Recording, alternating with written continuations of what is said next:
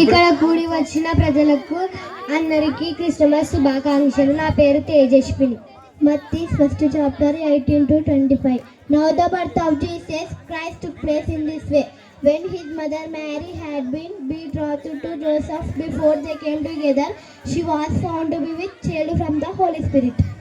మత్తయి సువార్త 1వ అధ్యాయం 18 నుండి 25 వచనాలు. యేసుక్రీస్తు జనన విధానం ఎట్లాగనగా ఆయన తల్లి అయిన మరియా యోసేపును ప్రదానము చేయబడిన తరువాత వారేకము కాకమునుపు ఆమె పరిశుద్ధాత్మ వలన గర్భవతిగా ఉండెను. And her husband Joseph, being a just man and unwilling to put her shame, resolved to divorce her quietly. ఆమె భర్త అయిన యోసేపు నీతిమంతుడై ఉండి ఆమెను అవమానపరచనొల్లక రహస్యముగా ఆమెను విడనాడ ఉద్దేశించెను.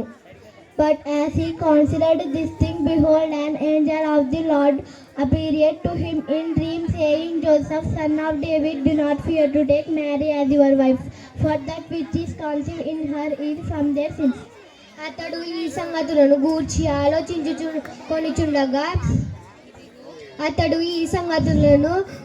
గూర్చి ఆలోచించుకొనిచుండగా ఇదిగో ప్రభువు దూత స్వప్నమందు ప్రత్యక్షమై, దావీదు కుమారుడైన యోసేపు, నీ భార్య అయిన మరియను చేర్చుకున్నట్టుకు భయపడకు, ఆమె గర్భము ధరించినది, పరిశుద్ధాత్మ వలన కలిగినది.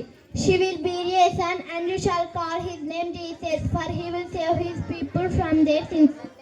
కుమారుని కనుము, ఆమె యొక్క కుమారుని కనుము, తన ప్రజలకు వారి పాపము నుండి ఆయనే రక్షించును గనుక ఆయనకు యేసు అని పేరు పెట్టుకొనెను. All this took place to fulfill what the Lord had spoken by the prophet. కన్యాక గర్భవతి అయి కుమారుని కనుము, ఆయనకు ఇమ్మానుయేలు అని పేరు పెట్టుదురు.